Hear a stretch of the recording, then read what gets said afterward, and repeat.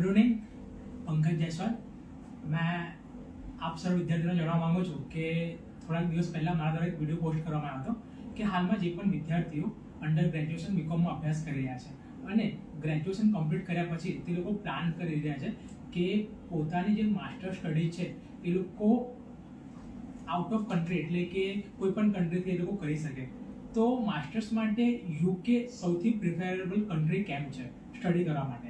તો global કોલાયન્સ institute જે વડોદરા શહેર ખાતે આવેલ છે, અલકાપુરી અને ન્યૂ વીઆઈપી રોડ પર ઇન્સ્ટિટ્યૂટ છે. ઘણા બધા સેમિનાર્સ યુનિવર્સિટીમાં પણ કરાવ્યા છે વિદ્યાર્થીઓ માટે. તો માસ્ટર્સની સ્ટડી તમે યુકેમાં કરો અને કઈ યુનિવર્સિટી સારી રહેશે અને ઘણા બધા જે પ્રશ્નો તમારા માઇન્ડમાં આવે છે તેના માટે આજે ગ્લોબલ કોલાયન્સ ઇન્સ્ટિટ્યૂટ ખાતે આવ્યો છું અને હાલમાં મારા સાથે મેરી મેમ છે. હું ફર્સ્ટ ઓફ ઓલ મેરી મેમને કહેવા માંગીશ કે મેરી મેમ આજે આ લાઈવ સેશનમાં એમએસ યુનિવર્સિટીના વિદ્યાર્થીઓ છે જે લોકો આપણા સાથે જોડાયા છે. તો ફર્સ્ટ ઓફ ઓલ તો આપનો પરિચય આપો અમારા વિદ્યાર્થીઓને.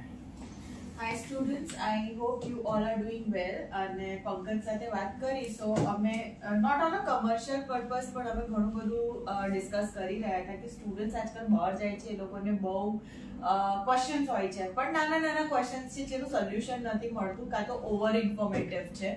સો કંઈ કરાય આપણાથી તો મેં કીધું ચલો સેમિનાર તો ખબર નહીં થશે કે નહીં, પણ પંકજભાઈના ફોલોઅર્સ બહુ બધા છે સો કદાચ આપણે એમને રીચ કરીને આન્સર કરી શકીએ એમ છે.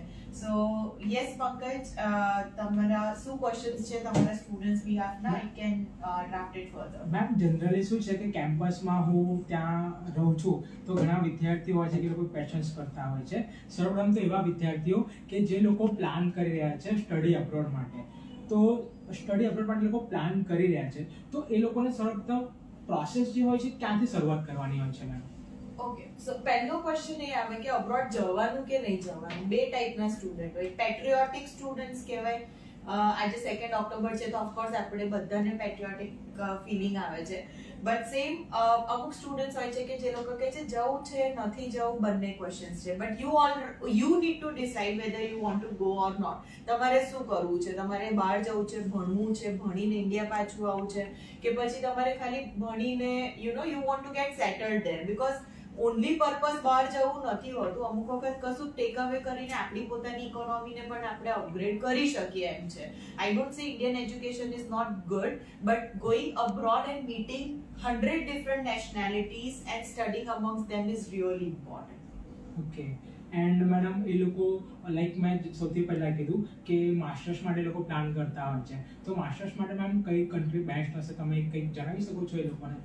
એની કન્ટ્રી ઇઝ બેસ્ટ અનલેસ કે સ્ટુડન્ટે ઘણા બધા ક્રાઇટેરિયાઝ ધ્યાનમાં રાખવા પડે. ફર્સ્ટ ક્રાઇટેરિયા ઇઝ કે એ લોકોનું બજેટ શું છે. Because obviously I don't want કે તમારા પેરેન્ટ્સ ઓવર બર્ડનમાં જતા રહે, કાં તો સ્ટુડન્ટ કે જે લોન લઈને જાય છે એ લોકો પર પ્રોબ્લેમ આવે. So it is very important for students to understand કે એમનું બજેટ શું છે, એમનો પર્પઝ શું છે, એમને કઈ કન્ટ્રી ગમે છે. અમુકને એટમોસ્ફિયરિક ઇન્ફોર્મેશન્સ વધારે, બીકોઝ સમટાઈમ્સ પંકજ કે મને તો બહુ ઠંડી લાગે એટલે હું કેનેડા ન જ જવાનો, પણ એ જ વસ્તુ અગર જો કોઈ સ્ટુડન્ટ છે જેને ઠંડીનો ગરમીનો કોઈ ફરક નથી પડતો, એને ખાલી એજ્યુકેશનનો મીનિંગ છે, so we can draft it accordingly. So budget, location, course અને આપણો પર્પઝ શું છે એ સોલ્વ થાય એ કન્ટ્રી આપણેથી જવાય.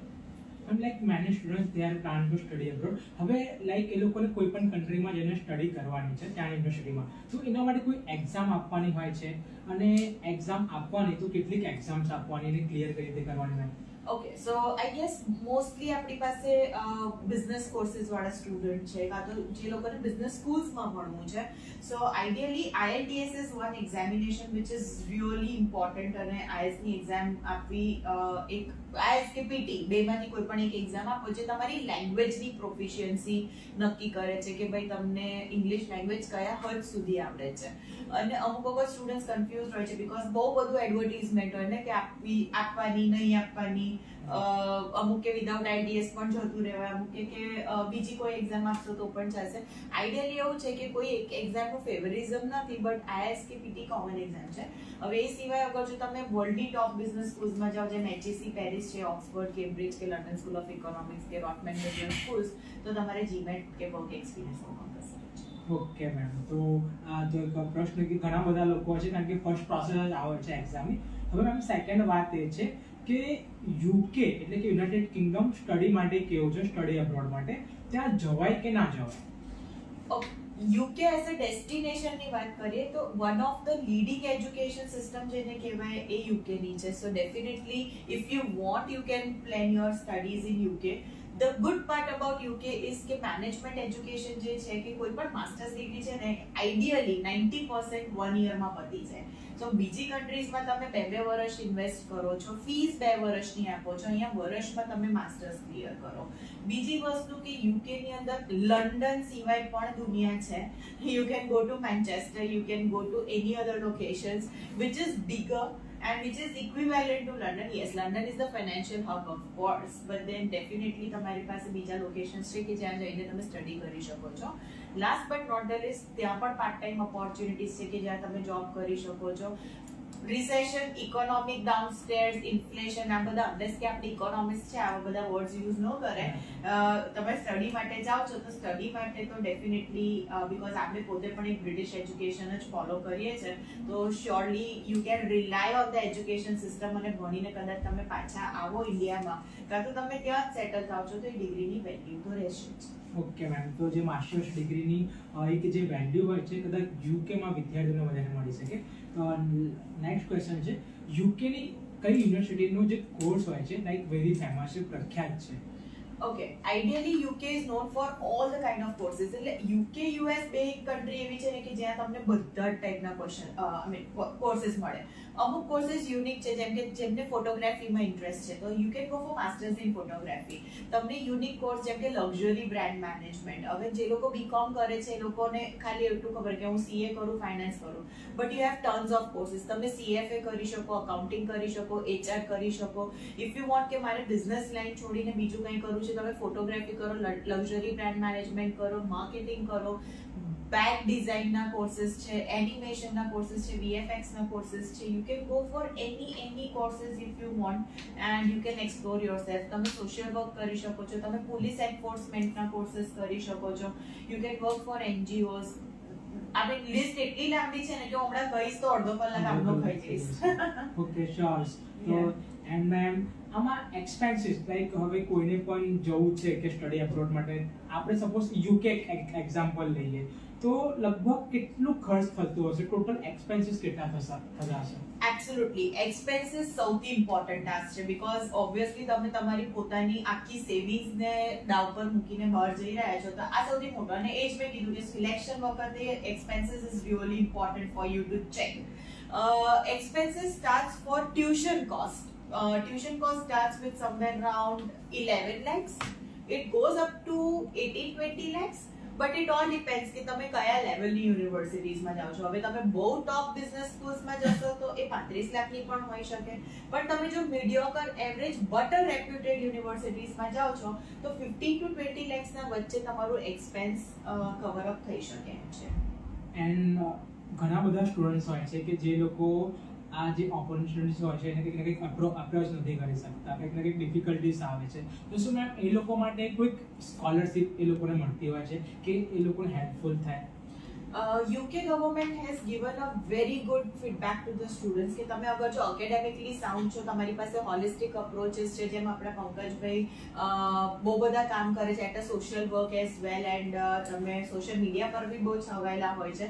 સો this is not a job or this is not just a thing, but this things also matters a lot. So જો તમે academically ને હોલિસ્ટિકલી approach સારો રાખ્યો હશે તમારા સ્ટડીઝમાં તો ડેફિનેટલી સ્કોલરશિપ 50,000 થી લઈને 5 થી 10 લાખ સુધીની પણ જાય છે. સો ડેફિનેટલી ડિપેન્ડ્સ અપોન તમારું પ્રોફાઇલ કેવું છે, but you can assure your students that 50,000 minimum, મેક્સિમમની કોઈ લિમિટ નથી, but definitely it would be under a range of your tuition cost. Okay, તો કંઈક ને કંઈક જે સ્કોલરશિપ હોય છે એ આપવામાં આવતી હોય છે? આપે યસ. ઓકે. એન્ડ મેમ ત્યાં યુકે ની અંદર સેટલ થવાય કે ના થવાય, અને સેટલ થવું એ હાલની પરિસ્થિતિમાં જોવા જઈએ કે ઈઝી વેમાં છે કે હાર્ડ વેમાં છે? વર્લ્ડની કોઈ બી કન્ટ્રીમાં સેટલ થવું ઇન્ક્લુડિંગ ઇન્ડિયા ઇઝ ડિફિકલ્ટ. તમે એવું વિચારો કે જઈશ એટલે આઈફોન 15 પ્રો મેક્સ નવો કલર મળી જ જશે ને, તો એવું પોસિબલ નથી, બીકોઝ ઇટ ઇઝ ડિફિકલ્ટ. જેમ આપણે અહીંયા મહેનત કરીએ છીએ મહેનત બહારની કન્ટ્રીમાં બી કરવાની છે. જવું જ કેમ છે બહાર, અગર જો મહેનત કરવી હોય ને, તમે અગર જો મારા જેવા હશો તો ભણીને કદાચ ઇન્ડિયા આવીને બિઝનેસ ઓપન કરી શકો છો, અને અગર જો મારી સિસ્ટર જેવા હશો તો થઈને ત્યાં ડાયરેક્ટર લેવલ પર સેટલ બી થઈ શકશો. બટ ઇટ ઓલ ડિપેન્ડ્સ તમારા પર્સપેક્ટિવ શું છે. સેટલ થવાના ક્યાંક ને ક્યાંક રસ્તા બી છે, જેમ કે તમે ભણીને સારું એજ્યુકેશન લઈને વર્ક પરમિટ લઈ શકો, ટીયર 2 વિઝા કન્વર્ટ કરી શકો છો, સ્પોન્સર્ડ વિઝામાં જઈ શકો છો અને પછી સેટલ થઈ શકો એમ છો. બટ હા, initial 6 months 1 year is a huge fluctuation which you have to address, because અહીં તો મમ્મી કેવું પાણીનો ગ્લાસ તમને હાથમાં આપે ને, ત્યાં તો બધું જાતે કરવું પડે. So definitely it is difficult task, but you would be able to cope out. એક પ્રકારનું આપણે એવું કહેવા જઈએ કે સ્વાવલંબી થવું હોય તો ત્યાં થવું પડે. If you want to be a self-dependent, you have to go for it. Yes. Okay ma'am, ઘણા બધા જે ડાઉટ્સ હતા તમે ક્લિયર કર્યા, લાઈક કે યુકે કેમ પ્રિફરેબલ છે, ત્યાં કઈક યુનિવર્સિટીમાં આપણે સ્ટડી કરવા જવાય, અને સૌથી મોટું તો તમે એવું કીધું કે યુકે ની અંદર 1 yearમાં 90% ચાન્સીસ એવું છે કે માસ્ટર ગ્રેજ્યુએશન ત્યાં કમ્પ્લીટ થઈ જાય. બીજું એક્સપેન્સીસની પણ આપણે વાત કરી તો તમે તે પણ કીધું લગભગ 18 થી 20 લાખ સુધી. સ્કોલરશિપની વાત થઈ, અને ધેન તો 12 લાખમાં જ પડી. 12 લાખ 12 થી 13 લાખ. હા, ગ્લોબલ કોલાઇન્સ ઇન્સ્ટિટ્યૂટ છે જે અવારનવાર આવી બધી એક્ટિવિટીઝ કરતું હોય છે, લાઈક સ્ટુડન્ટ્સ માટે સેમિનાર્સ ઓર્ગેનાઇઝ કરતા હોય છે, વેબિનાર્સ ઓર્ગેનાઇઝ કરતા હોય છે, સ્ટુડન્ટ્સના જે ડાઉટ્સ છે ક્લિયર કરતા હોય છે. એ ઇન્સ્ટિટ્યૂટમાં મેમ તમે શું વર્ક કરો છો એન્ડ તમે કઈ રીતે અમારા સ્ટુડન્ટ્સને મદદરૂપ થઈ શકો છો? ઓકે, સૌથી પહેલું એવું છે કે કન્સલ્ટન્સી એ અલગ વાત છે. We are the educators, right. અમારા માટે ઇઝ વેરી ઇમ્પોર્ટન્ટ કે અમે સ્ટુડન્ટને સમજીને એમના ડાઉટ સમજીએ, રાધર દેન મારે શું વેચવું છે વેચવું. It's not a sales pitch, it's not a sales company. It is all about my students, it's all about their interest. નથી ઇન્ટરેસ્ટ કોઈ પ્રોબ્લેમ નથી, પણ ઇન્ટરેસ્ટ છે અને તમે કન્ફ્યુઝ છો, તમારા પેરેન્ટ્સ કન્ફ્યુઝ છે, તો મારા માટે ઇમ્પોર્ટન્ટ એ છે કે હું તમને સમય આપું અને તમારી પ્રોબ્લેમ સમજું, rather then just selling what I want to sell. So surely if you are at Global Collage, you would be safe enough in the hand of our team કે જે લોકો માઇન્યુટલી તમારા કેસીસને સમજશે.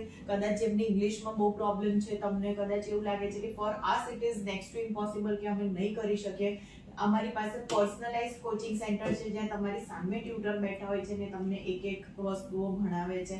સો I guess it is very important for students.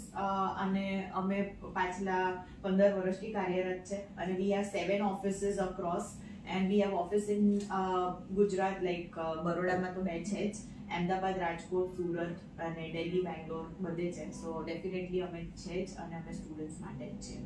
Okay, તો મેડમે કીધું કે global કોલાઇન્સ કઈ રીતે વિદ્યાર્થીઓને મદદરૂપ થાય છે.